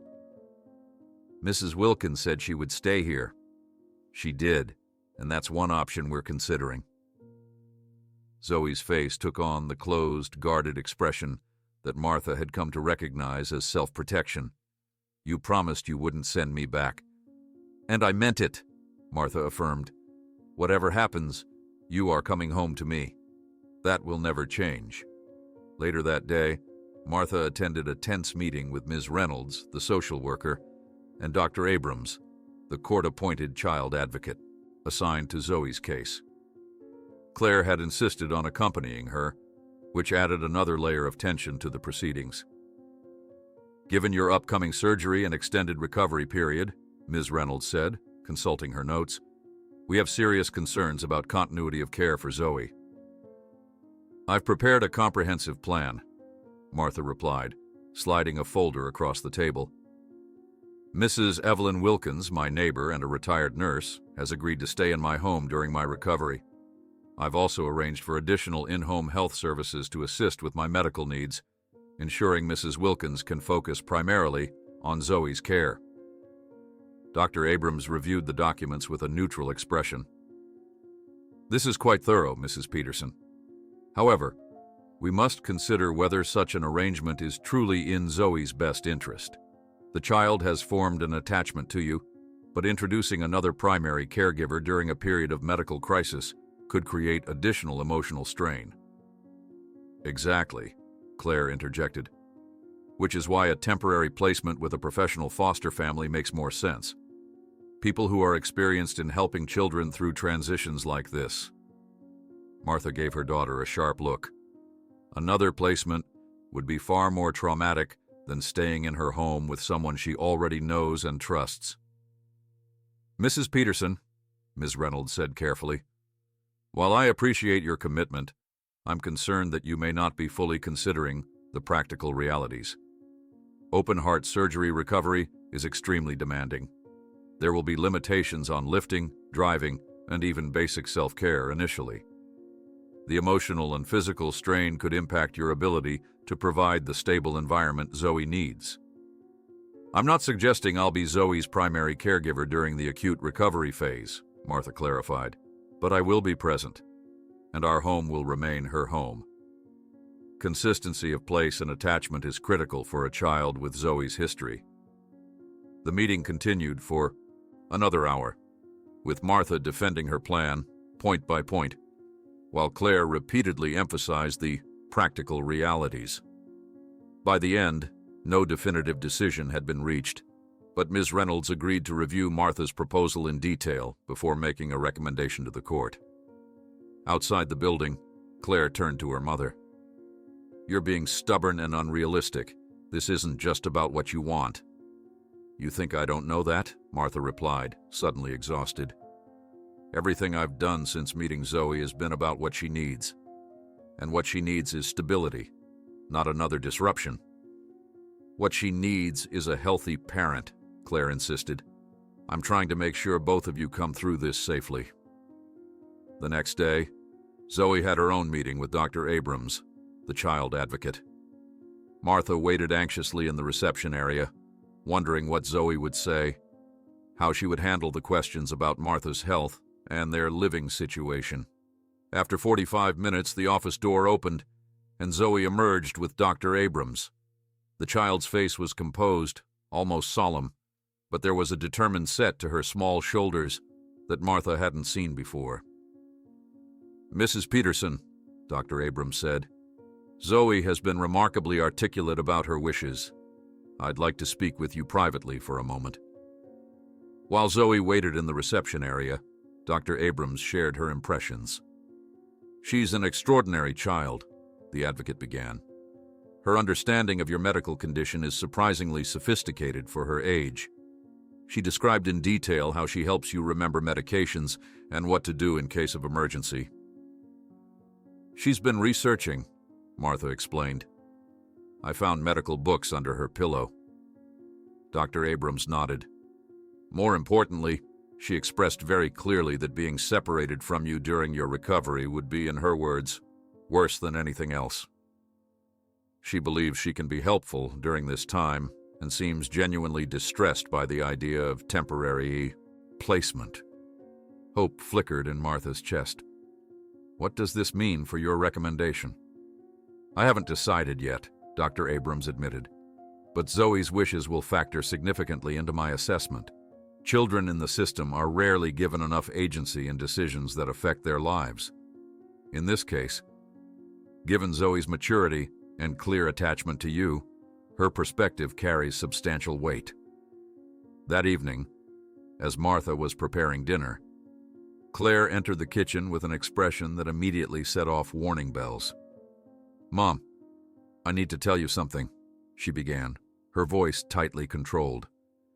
"I've already initiated emergency guardianship proceedings for Zoe during your recovery. The judge will receive the papers tomorrow morning." The courtroom felt smaller than Martha had anticipated, more intimate and yet somehow more intimidating. Morning light filtered through tall windows, casting long rectangles across the polished wooden floor. She adjusted her navy blue blazer, the one she'd worn to parent-teacher conferences during her teaching years, and tried to quiet the fluttering in her chest that had nothing to do with her heart condition. Beside her sat her attorney, Ms. Lowell, arranging documents with practiced efficiency. Across the aisle, Claire was deep in conversation with her own lawyer, her posture rigid, her expression determined. Martha felt a pang of sadness at this adversarial position with her own daughter, even as she understood Claire's misguided intentions. The back door opened, and Martha turned to see Zoe enter with Ms. Reynolds. The child was wearing the dress they had chosen together for the occasion, dark blue with a white collar, and her hair had been neatly braided. But what struck Martha most was Zoe's expression, solemn, composed, and somehow older than her years. Their eyes met, and Martha offered a reassuring smile. To her surprise, Zoe returned it, a small, contained gesture, but genuine. "All rise," called the bailiff, and everyone stood as Judge Mercer entered the courtroom. The judge, a woman in her 60s with silver-streaked dark hair and piercing eyes, took her seat and surveyed the assembled parties. "This is a hearing regarding the temporary custody arrangement for minor Zoe Campbell during the medical treatment and recovery of her prospective adoptive parent, Martha Peterson," the judge announced. "I've reviewed the filed documents, but I'd like to hear directly from the parties involved." Martha's attorney presented their case first, outlining the care plan involving Mrs. Wilkins, the home health services, and the steps taken to ensure Zoe's routine would remain as stable as possible. Mrs. Peterson's commitment to Zoe's well-being is evident in every aspect of this plan, Ms. Lowell concluded. Removing Zoe from the first stable home she's known in years would cause unnecessary emotional trauma.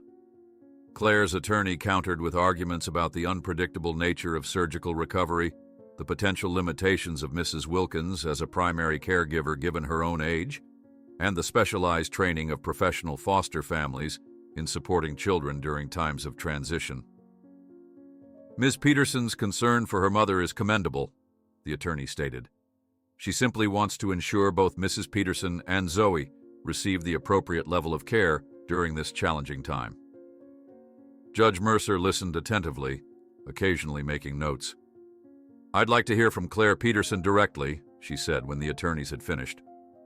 Claire stood, her hands clasped tightly before her. "Your Honor, I love my mother and I've come to care about Zoe as well. That's why I'm advocating for a temporary arrangement that prioritizes both their needs. My mother has always put others before herself. It's her greatest strength and her greatest weakness." Martha felt a flush of indignation at being discussed as if she weren't present, as if her judgment were compromised. "After my father died," Claire continued, "she threw herself into volunteer work rather than addressing her grief. Now she's taken on the enormous responsibility of raising a child with complex needs while downplaying a serious heart condition. Someone needs to protect her from her own selflessness." Judge Mercer nodded. And now I'd like to hear from Mrs. Peterson. Martha rose slowly, conscious of Zoe's eyes upon her. Your Honor, I understand my daughter's concerns. I know she believes she's acting in my best interest. But Claire hasn't witnessed the daily progress Zoe has made in our home, the trust we've built over months of consistency and care. She turned slightly to look at Zoe before continuing. I was a teacher for 35 years. I've seen firsthand how children thrive with stability and wither with disruption. Zoe has experienced more upheaval in her short life than most adults ever face. What she needs now isn't another well-intentioned transition. It's the certainty that her home remains her home, even during difficult times. And your health concerns? Judge Mercer asked directly. I've been fully transparent about my condition with my medical team, with social services, and with Zoe herself, Martha replied. The surgery has a high success rate, and I've arranged comprehensive support for my recovery. I'm not minimizing the challenges ahead, but I am confident in our ability to weather them together. The judge made another note before asking, And Mrs. Wilkins, is she present today? Mrs. Wilkins, dressed in her Sunday best, approached when called. Despite her age, she stood straight, her voice clear as she described her nursing background, her close relationship with both Martha and Zoe, and her commitment to staying in their home throughout Martha's recovery. I raised 3 children of my own, Your Honor, and helped care for 6 grandchildren, Mrs. Wilkins stated firmly. I may be older, but I'm perfectly capable of ensuring both Martha and Zoe are properly cared for. Throughout these testimonies, Martha kept glancing at Zoe, who sat remarkably still, her eyes moving from speaker to speaker, absorbing everything. When it was finally Zoe's turn to speak with the judge privately in chambers, Martha felt her heart race with anxiety. So much depended on what this child, who had spent years protecting herself from disappointment, would say about their still fragile bond. While Zoe was with the judge, an uncomfortable silence settled between Martha and Claire in the hallway outside the courtroom. I'm not the villain here, Mom, Claire said finally, her voice low. I'm trying to be the responsible one. I never said you were a villain, Martha replied wearily. But you are making decisions about our lives without consulting us, based on what you think is best, rather than what we know we need. Claire's expression hardened. What Zoe needs is stability with a healthy caregiver. What you need is to focus on recovery, without the stress of parenting. Zoe isn't stress to me, Claire. She's family. And what am I? Claire demanded, her voice breaking slightly. I'm your actual family, your daughter, yet you act like I'm interfering rather than helping. Martha reached for Claire's hand, surprised when her daughter didn't pull away. You are my family, my firstborn, my brilliant, caring daughter. But family isn't a closed circle. It expands. Zoe needs me, and yes, I need her too. Before Claire could respond, the door to the judge's chambers opened and Zoe emerged, her expression unreadable. Judge Mercer followed, gesturing for everyone to return to the courtroom. Once all parties were seated, the judge addressed them directly. I've heard compelling arguments from all sides today, including a remarkably articulate statement from Zoe herself about her wishes and concerns. Martha held her breath, her fingers gripping the edge of her seat. In cases involving children who have experienced significant disruption, I place great weight on maintaining stability whenever possible, Judge Mercer continued. I am impressed by the thorough planning Mrs. Peterson has demonstrated and the commitment of her support network. Martha felt a surge of hope, quickly tempered by the measured tone of the judge's voice. However, Judge Mercer added, I am also mindful of the legitimate medical concerns raised regarding the demands of open-heart surgery recovery. The judge looked directly at Martha. My decision is to maintain Zoe's placement with Mrs. Peterson, with Mrs. Wilkins installed as temporary co-guardian during the recovery period. Additionally, I am ordering weekly check-ins with social services for the first month post-surgery, transitioning to bi-weekly thereafter until Mrs. Peterson is medically cleared to resume full guardianship. Relief washed over Martha so powerfully she felt lightheaded. Beside her, she heard Ms. Lowell whisper, "This is the best outcome we could have hoped for." "I expect all parties to cooperate fully with this arrangement," Judge Mercer concluded firmly. "This court will reconvene in 3 months to evaluate the permanent adoption petition based on Mrs. Peterson's recovery progress and Zoe's continued adjustment." As they left the courtroom, Martha searched for Zoe and found her standing near Ms. Reynolds, waiting quietly. When their eyes met, Zoe walked over to her, stopping just within arm's reach. "You get to stay with me," Martha said softly. Zoe nodded, a cautious relief visible in her eyes. "The judge asked what I wanted. I told her I wanted to help you get better." Martha resisted the urge to hug the child, respecting the physical boundaries Zoe still needed. "And you will. We'll help each other." Claire approached them, her expression a complex mixture of resignation and concern. "Mom, I need to speak with you." "Can it wait?" Martha asked, not wanting to shatter the fragile moment of victory. "It's about your pre-surgical consultation tomorrow. I'd like to come with you," Claire said, her tone softer than it had been in weeks. "If that's okay." Martha nodded, recognizing the olive branch for what it was. "I'd appreciate that. Thank you." As they walked toward the exit, Martha felt a small hand slip tentatively into hers. She glanced down, surprised to find Zoe's fingers intertwined with her own, the first time the child had initiated such contact. Martha gave a gentle squeeze, careful not to overreact and send Zoe retreating back behind her walls. Outside the courthouse, Claire was a few steps ahead, already on her phone making arrangements for the next day. Martha and Zoe descended the steps together, hand in hand, when Martha felt a sharp, crushing pain in her chest. She gasped, clutching the stone railing with her free hand. "Martha." Zoe's voice seemed to come from very far away, the pain intensified, radiating down her left arm. Martha tried to respond, to reassure Zoe that she was fine, but no words came. The world tilted sickeningly, the courthouse steps rushing up to meet her as her legs gave way. The last things Martha registered were Zoe's terrified scream, Claire turning back in alarm, and the horrible realization that after everything they'd fought for, after the victory they'd just secured, her failing heart might tear them apart after all. Rain pounded against the hospital windows with percussive fury, matching the thundering pulse in Claire's ears as she paced the surgical waiting room.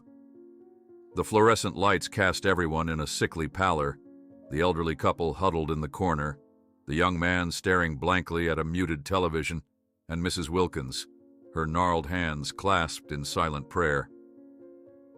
"Family of Martha Peterson?" Claire's head snapped up as a surgical resident approached, his scrubs wrinkled from hours in the operating room. She braced herself, searching his face for clues. "Your mother has been moved to the ICU," the doctor said, his voice clinically neutral. "The cardiac event she experienced at the courthouse necessitated immediate intervention. Dr. Jensen performed an emergency valve replacement rather than the originally planned repair." "And her condition?" Claire asked, her throat tight. "Critical, but stable. The next 48 hours will be crucial." After receiving instructions about visiting hours and what to expect, Claire sank into a chair, exhaustion washing over her. Mrs. Wilkins patted her shoulder wordlessly, small comfort in the face of such uncertainty. "Where's Zoe?" Claire asked suddenly, realizing the child wasn't in the waiting room. Mrs. Wilkins sighed. "Ms. Reynolds took her. With your mother incapacitated and the judge's ruling less than an hour old, they felt it best to place her temporarily, until things stabilize." "They took her? Just like that?" Claire felt a surge of indignation that surprised her. "Did they say where?" "Emergency placement. That's all I know." Outside, the storm that had been threatening all day had unleashed its full force. Lightning split the sky, illuminating the parking lot where, unbeknownst to Claire, a small figure in a blue dress had slipped away from a distracted social worker's car during a moment of confusion at shift change. Zoe Campbell had made a decision. The rain soaked through her dress almost immediately as she navigated the hospital parking lot, ducking between cars to avoid being spotted. In her pocket was Martha's house key, which she'd been given for emergencies only. In her mind was a map of the 12 blocks between the hospital and home. She'd memorized it during their drives together, noting landmarks with the careful attention of a child who had learned early that knowing escape routes was essential for survival. The city looked different in the storm. Buildings blurred behind sheets of rain, traffic lights reflecting in puddles that filled the gutters. Zoe kept to side streets, away from main roads where someone might notice a child alone in a downpour. Her shoes squelched with each step, her braid hung heavy down her back. But she pressed forward, one thought driving her. Martha needed her, and she wouldn't let another home slip away. Meanwhile, Claire sat beside her mother's bed in the ICU, watching the steady rise and fall of her chest, synchronized with the mechanical ventilator. Martha looked smaller somehow, diminished by the machinery surrounding her. IV lines, monitoring equipment, drainage tubes. The strong, stubborn woman who had raised her was now fragile, vulnerable, in ways Claire had never seen before. A nurse entered to check vitals, moving with practiced efficiency. "The sedation will keep her comfortable while her body begins healing," she explained, noting Claire's worried expression. "It's normal after such an extensive procedure. When will she wake up?" "That's up to the doctors to determine. Could be a day, could be longer." The nurse adjusted something on the IV pump. "The important thing is that she's fighting. Her numbers are holding steady." After the nurse left, Claire found herself talking to her unconscious mother, words spilling out that had been locked away for years. "You always had to do things your way, didn't you?"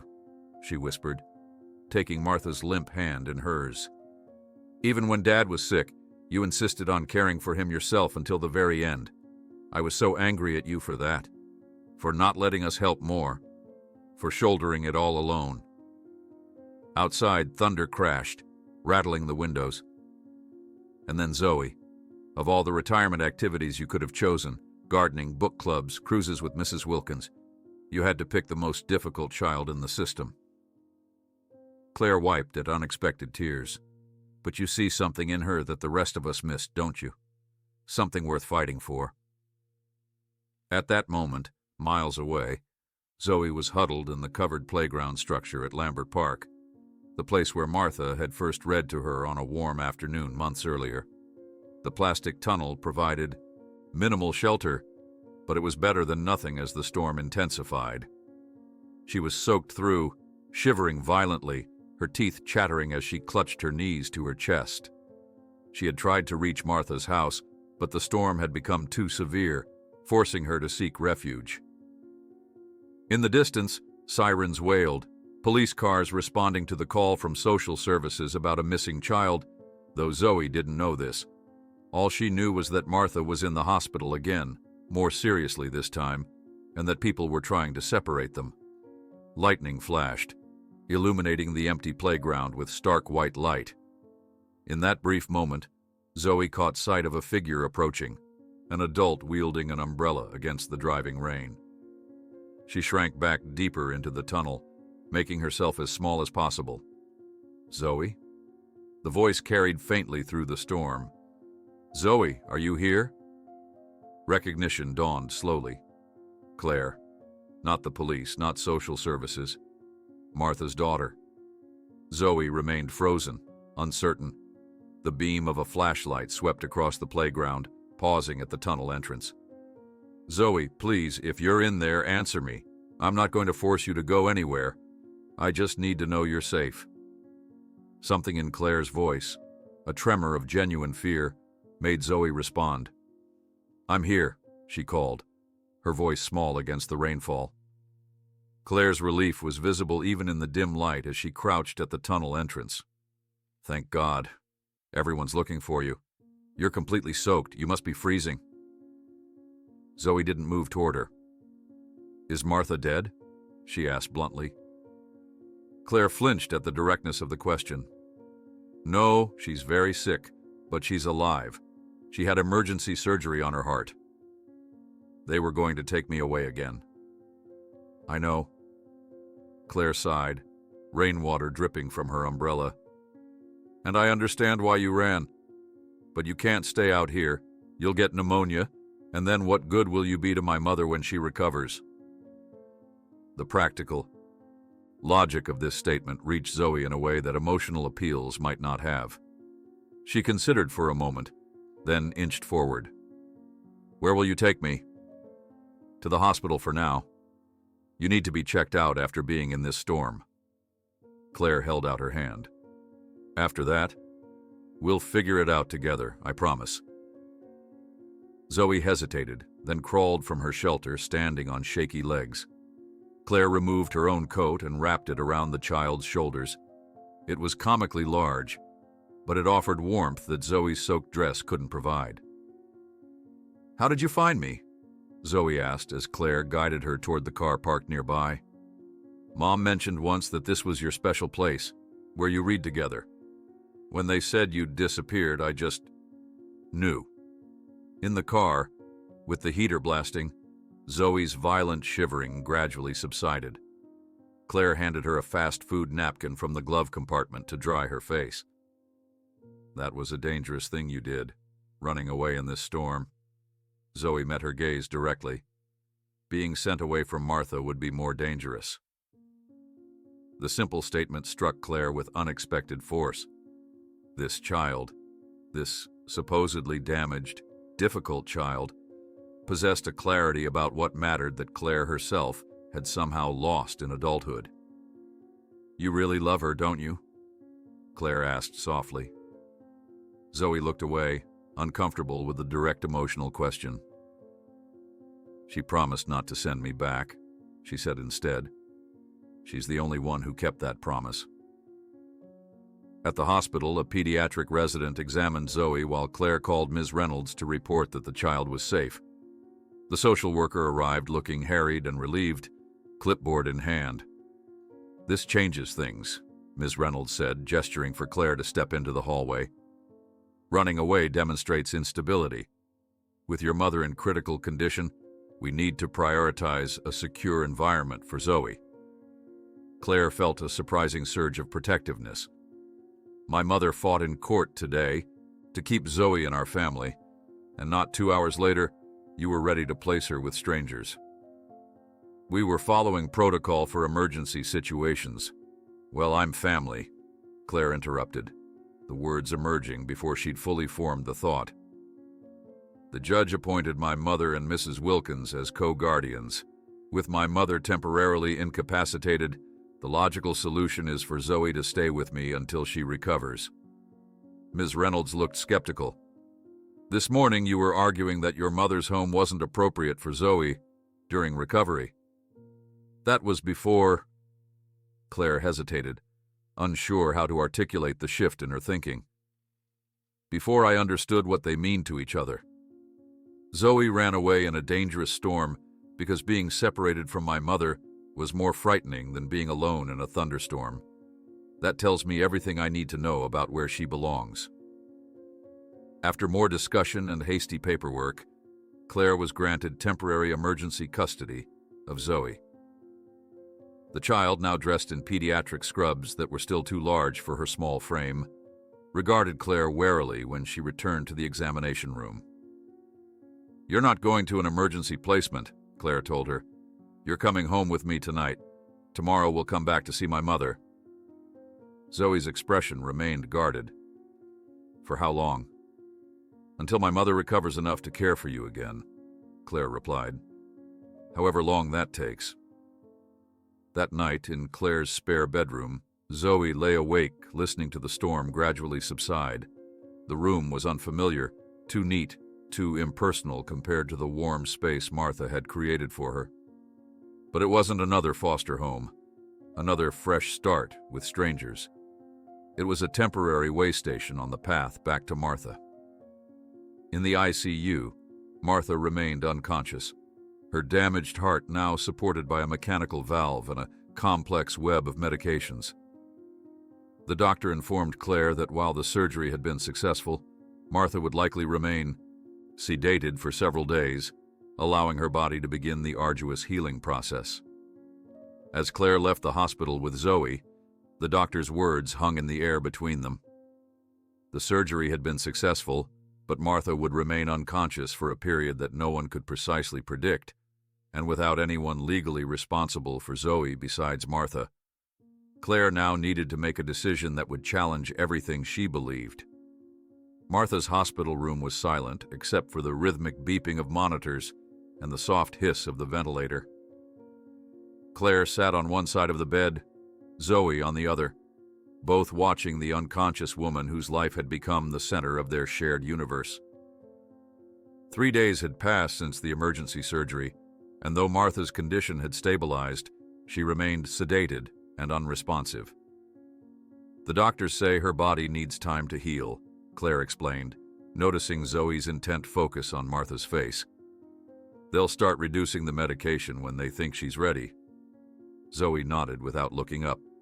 Her small hand rested just centimeters from Martha's on the bed, close but not quite touching, as if maintaining a connection while respecting boundaries. A nurse entered, checking the monitors with practiced efficiency. 10 more minutes until the end of visiting hours, she reminded them gently. When she left, Claire studied Zoe across the bed. The child looked drawn, with shadows under her eyes despite having slept in Claire's guest room for the past 3 nights, or at least having been in bed. Claire suspected actual sleep had been minimal. "We should get something to eat before heading home," Claire suggested. Zoe's response was a slight shrug, the nonverbal communication that had become her primary mode of expression since Martha's collapse. As they prepared to leave, Claire watched Zoe lean close to Martha's ear. She couldn't hear what the child whispered, but the gesture, intimate, deliberate, caught her off guard. For the first time, Claire fully registered the depth of the bond that had formed between this wounded child and her stubborn mother. The hospital cafeteria was nearly empty at this hour. Claire purchased a sandwich for each of them, adding apple slices and chocolate milk for Zoe. They sat at a corner table, the fluorescent lighting harsh against their tired faces. "You need to eat," Claire urged when Zoe merely picked at the bread crust. "I'm not hungry." "Martha would want you to keep up your strength." At the mention of Martha's name, Zoe's eyes flickered up, assessing Claire with that unnervingly direct gaze. "When will she wake up?" Claire sighed, wishing she had a more concrete answer. The doctors say it could be a few more days. Her body needs to recover from the trauma. What if she doesn't? The question hung between them, stark in its simplicity and devastating in its implications. "She will," Claire said firmly. "My mother is the most stubborn person I've ever known. She'll fight her way back." Zoe seemed to consider this, then took a small bite of her sandwich, a concession that felt like progress. By the time they returned to Claire's apartment, rain had begun to fall again. A gentler shower than the violent storm of 3 nights ago, but still enough to darken the evening sky. Claire watched as Zoe moved toward the guest room, with the careful, contained movements that had become familiar over the past days. "Would you like to watch a movie together?" Claire offered, an attempt at normalcy. Zoe paused, then shook her head. "I have homework." It was a transparent excuse. School had been put on hold given the circumstances, but Claire didn't challenge it. "All right. Let me know if you need anything." Later, passing the guest room, Claire noticed the door slightly ajar. Peering in, she saw Zoe seated cross-legged on the bed, Martha's pill organizer open before her. The child was studying it intently, as if decoding a complex puzzle. "Zoe, what are you doing with that?" Zoe didn't startle at being discovered. "Checking. Martha needs to take these when she comes home. I have to remember which ones." The matter-of-fact response, delivered with such certainty about Martha's eventual return home, caused an unexpected tightness in Claire's throat. "That's very thoughtful," she managed. "But the doctors will give us new instructions after her surgery. Some medications might change." Zoe absorbed this information, then carefully closed the pill organizer. "I'll learn the new ones, too." The following day brought Ms. Reynolds for an official check-in. The social worker sat primly on Claire's sofa, clipboard balanced on her knee, asking Zoe questions about her temporary living situation. "Are you comfortable here with Ms. Peterson?" Zoe nodded once. "Do you have everything you need?" Another nod. "Is there anything you're worried about right now?" At this, Zoe finally spoke.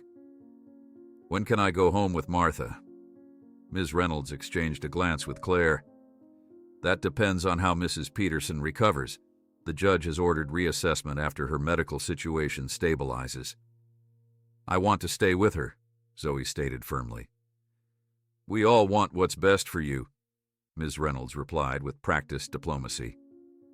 After the social worker left, Claire found Zoe standing at the apartment window, looking out at the city streets below. "She thinks Martha won't get better," Zoe said without turning around. Claire moved to stand beside her. "Ms. Reynolds is just doing her job, making sure you're taken care of while we wait. The other families said they'd keep me too, until it got hard." The simple statement revealed volumes about Zoe's past experiences, the broken promises, the conditional acceptance, the lessons in impermanence that no child should have to learn. "Zoe," Claire said carefully, "I need to tell you something important. Before all this happened, I didn't understand why my mother was so determined to adopt you. I was worried about her health, and honestly, I didn't think she should be raising a child at her age." Zoe's posture stiffened, preparing for rejection. "But I was wrong," Claire continued. "These past few days, watching how you care about her, how you think about her needs even in the middle of your own crisis, I'm beginning to understand what she saw in you from the beginning." Zoe turned, her expression guarded but attentive. "Martha is going to need a lot of help when she comes home. Recovery from heart surgery takes time. She'll be weak, she'll need to rest, and there will be many things she can't do for herself at first." "I can help," Zoe said immediately. "I know how." "I believe you," Claire said, surprising herself with the sincerity of it. "And I think she needs you as much as you need her." That night, Claire was awakened by sounds from the kitchen. She found Zoe standing on a chair, attempting to reach a high cabinet. "What are you doing? It's 3 a.m. Zoe froze, then slowly turned. "I was looking for tea. Martha drinks chamomile when she can't sleep." Claire rubbed her eyes, remembering her mother's lifelong insomnia remedy. "You can't sleep either?" Zoe shook her head. "Come on, I'll make us both some tea." They sat at the kitchen counter, steam rising from their mugs. For the first time, a comfortable silence settled between them. "I had a nightmare," Zoe admitted suddenly. "About the hospital. Martha was calling for me, but I couldn't find her room." Claire nodded, understanding the anxiety that fueled such dreams. "I've been having bad dreams, too. About my mother. About not getting to say certain things to her." "What things?" Zoe asked. Claire hesitated, then decided honesty might bridge the gap between them. "That I'm sorry for not supporting her decision to adopt you. That I was afraid of losing her attention. Silly adult things that seemed important at the time." "You'll tell her when she wakes up," Zoe said with unexpected certainty. Yes, I will." The following day brought a breakthrough. Dr. Jensen called early, informing Claire that they were beginning to reduce Martha's sedation. "She's showing good signs of responsiveness. If all goes well, she could regain consciousness within the next 24 hours. The news infused both Claire and Zoe with renewed energy. They spent the day preparing, Claire catching up on work emails while Zoe, with surprising initiative, organize the items they would bring to the hospital once Martha was awake. "She'll need her glasses," Zoe declared, adding them to a small bag that already contained Martha's favorite lip balm and a soft hairbrush. Claire watched, touched by the child's thoughtfulness. "That's a good idea." When they visited that afternoon, the nurse confirmed that Martha was indeed showing signs of emerging from sedation. "She's responding to stimuli, which is very encouraging. Talk to her. Familiar voices can help with the transition." Claire held her mother's hand, sharing news and reassurances. Zoe, after some hesitation, read aloud from a book they'd brought, a chapter from the novel Martha had been reading to her before the surgery.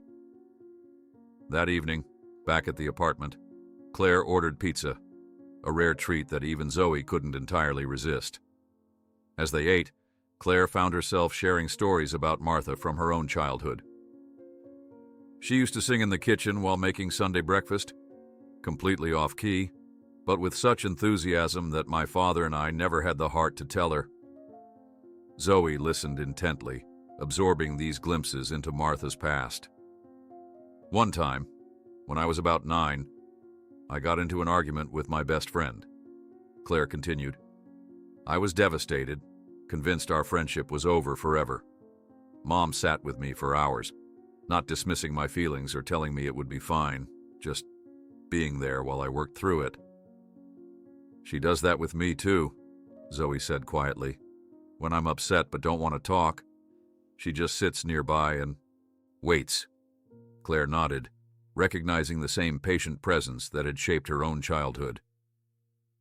"She's always been good at that, giving people the space they need while making sure they know they're not alone." The next morning dawned bright and clear. They arrived at the hospital early, both tense with anticipation. The nurse met them with a cautiously optimistic smile. "She's been drifting in and out since about 5 a.m. Don't expect too much. She'll be disoriented and may not remember everything right away." Claire nodded, taking Zoe's hand as they entered the room. Martha's eyes were closed, but the ventilator had been replaced with a nasal cannula, a significant improvement. They settled into their usual positions on either side of the bed. Claire opened her laptop to catch up on work emails, while Zoe quietly resumed reading from the book they'd brought yesterday. The minutes stretched into an hour, the monotony broken only by the nurse's periodic checks. Then, so subtly that Claire almost missed it, Martha's fingers twitched. Zoe noticed immediately, putting the book down and leaning forward with intense focus. "Mom?" Claire set her laptop aside. "Mom, can you hear us?" Martha's eyelids fluttered, then slowly opened. Her gaze was unfocused at first, drifting around the room before settling on Claire's face with dawning recognition. "Claire," she whispered, her voice raspy from intubation. "I'm here, Mom. You're in the hospital. You had heart surgery, but you're going to be fine." Martha blinked slowly, processing this information. Then her eyes shifted, finding Zoe on her other side. A faint smile touched her lips. "Zoe," she managed, the single word filled with relief. "I kept your pills organized," Zoe said seriously, as if reporting an important mission accomplished. "And I remembered to water the plants." Martha's smile deepened slightly before exhaustion overtook her. Her eyes drifted closed again, but her breathing remained even and natural, the sleep of healing rather than sedation. Claire and Zoe exchanged glances over the bed, a moment of shared understanding passing between them. They remained there for hours, sometimes talking quietly, sometimes simply keeping vigil together. When evening approached, Claire noticed that Zoe had fallen asleep in her chair, curled into an impossibly small shape that spoke of years adapting to uncomfortable circumstances. Rather than wake her, Claire found a spare blanket and gently covered the child. As she tucked the blanket around Zoe's shoulders, Claire caught movement from the bed. Martha was awake again, watching them with clear, aware eyes. "How long was I out?" she asked, her voice still weak but more present than before. "About 5 days," Claire answered, moving back to her mother's side. "You gave us quite a scare." Martha's gaze returned to Zoe's sleeping form. "She's still here. You kept her." "Of course I did," Claire said softly. "She belongs with you. I just didn't see it before." Martha reached for her daughter's hand, squeezing it weakly. "Thank you. Rest, Mom. We'll be here when you wake up." Martha's eyes drifted shut again, but a faint smile remained on her lips. Claire settled back in her chair, watching her mother and Zoe sleep across from each other. The scene, impossible to imagine just weeks ago, now felt right, as if pieces of a puzzle had finally aligned. When Mrs. Wilkins arrived an hour later, with fresh clothes and home-cooked food, she stopped in the doorway, taking in the tableau before her. "Well," she said softly to Claire, "would you look at that?" Claire nodded, understanding completely. Still weak but conscious, Martha watched her daughter and Zoe sleeping side by side, united in their concern for her, and whispered with a voice raspy from disuse, "I think I lost more than just a few days." The afternoon sun cast a golden glow across the auditorium as families filled the rows of seats, programs rustling, cameras at the ready. Martha Peterson sat in the third row, her hand occasionally rising to touch the small scar on her chest, a habit she'd developed in the year since her surgery. Beside her, Claire chatted quietly with her husband, while Mrs. Wilkins fanned herself with the program. "Are you comfortable, Mom?" Claire asked, noticing Martha's adjustment of the light cardigan she wore despite the June warmth. "I'm perfect," Martha replied, and meant it. Her recovery had been arduous, months of careful rehabilitation, gradually increasing activities, and learning to respect her body's new limitations. But here she was, 12 months later, heart functioning properly with its mechanical valve, medication regulated, and strength almost fully restored. She glanced at her watch. It should be starting soon. As if on cue, the elementary school principal approached the podium, tapping the microphone twice before welcoming the audience to the 5th grade graduation ceremony. Martha leaned forward slightly, scanning the rows of children seated at the front. She spotted Zoe immediately, sitting straight-backed in a new blue dress they had chosen together last weekend, her dark hair pulled into a neat bun. When Zoe sensed Martha's gaze, she turned slightly, offering a small but genuine smile that still felt like a victory every time Martha witnessed it. The ceremony proceeded with the expected speeches and awards. Martha clapped for each child, remembering her own teaching days with a mixture of nostalgia and gratitude for her new life. When the principal announced the Academic Achievement Awards, Martha held her breath. And for excellence in creative writing, we recognize Zoe Campbell Peterson, whose essay, "What Makes a Family," was selected for publication in the district literary magazine. Pride swelled in Martha's chest as Zoe walked to the stage with composed dignity to accept her certificate. The girl's transformation over the past 3 years was remarkable, from the wary, silent child who had arrived with a tattered backpack to this confident student accepting academic recognition. There were still struggles, still moments when past trauma surfaced in nightmares or sudden withdrawals, but the trajectory was unmistakable. After the ceremony, families clustered in the reception area, sharing congratulations and capturing photographs. Martha stood with Claire and Mrs. Wilkins, watching as Zoe spoke with her teacher, Ms. Winters, who had been such a supportive presence throughout the tumultuous year. "Mrs. Peterson," Ms. Winters called, gesturing Martha over. "I was just telling Zoe how proud we are of her progress this year. Despite everything, she maintained excellent grades and produced that wonderful essay." "Thank you for supporting her," Martha said warmly. "We couldn't have navigated this year without you." Ms. Winters smiled. "Actually, I think it's Zoe who navigated it beautifully, with your guidance." She turned to Zoe. "I'll miss having you in my class, but I can't wait to see what you accomplish in middle school next year." As they walked toward the car afterward, Zoe fell into step beside Martha. Their pace matched to accommodate Martha's still slightly slower gait. Your essay must be quite special, Martha commented. Will you let me read it? Zoe nodded. I have a copy at home. It's about us. About us? About what happened this year. How we stayed together even when it was hard. Martha felt a lump form in her throat. Throughout Zoe's recovery, the child had rarely spoken directly about the traumatic period of Martha's surgery and its aftermath, processing it instead through her characteristic quiet observation and occasional pointed questions.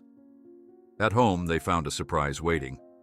A small gathering of neighbors and friends organized by Mrs. Wilkins to celebrate both Zoe's graduation and the one-year anniversary of Martha's successful surgery. The living room was decorated with streamers, and a cake sat on the dining table with "Congratulations, Zoe," written in blue icing. You didn't have to do this, Martha said to Mrs. Wilkins, touched by the gesture. Of course we did, the older woman replied. We're celebrating victories over here. Throughout the afternoon, Martha observed Zoe moving through the small crowd with growing ease. While still reserved compared to other children her age, she no longer shrank from social interactions or positioned herself for quick escapes. Progress, Martha thought, watching as Zoe accepted a piece of cake from Claire with a quiet, "Thank you." Later, after the guests had departed and the house had settled into evening stillness, Zoe approached Martha with a folder. Here, she said, extending it. My essay. Martha took it and patted the sofa beside her. Shall we read it together? Zoe hesitated, then shook her head. I need to organize my room. You can read it alone. Understanding this as Zoe's way of giving her privacy with what might be emotional content, Martha nodded. All right. I'll come up when I'm finished. The essay, typed on 3 neat pages with careful formatting, was titled The Strongest Bond. Martha adjusted her reading glasses and began. People think families are made by blood. My science textbook says family trees show genetic relationships, but I've learned that the strongest bond isn't made by DNA. When I was 7, I had been in 4 foster homes. I had stopped believing anyone would keep me. Then I met Martha. She was older than the other foster parents, and everyone told her not to take me because I was difficult. But Martha said that difficult just meant I hadn't found the right place yet. Martha made me cookies and didn't get mad when I had nightmares. She gave me books and taught me to garden. Slowly, I started to believe I might stay. Then Martha got sick. Her heart wasn't working right and she needed surgery. Everyone said I would have to leave again, go to another foster home while she recovered. The day of the court hearing, Martha collapsed. I was so scared she would die.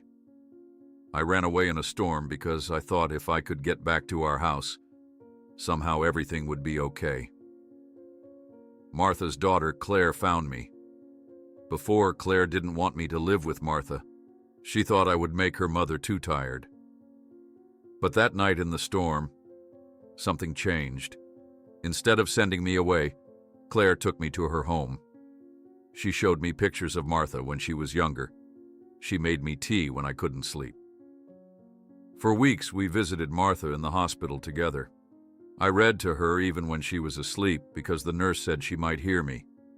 Claire helped me make a schedule for when Martha came home, when to take medicines, when to rest, when to do exercises. When Martha finally got better, our family had changed. Now it included Claire and Mrs. Wilkins and Dr. Jensen. It was bigger than before. Scientists say the heart is just a muscle that pumps blood. But I think the heart does more than that. It can be broken and repaired. It can grow to include new people. It can be the strongest muscle even after it's been hurt. I used to think family meant people who look like you. Now I know family means people who stay even when it's hard. It means building bonds that are stronger than blood. That's what I learned when I was 9 years old and almost lost everything. But instead, I found out what family really means. Martha lowered the pages, tears streaming freely down her face.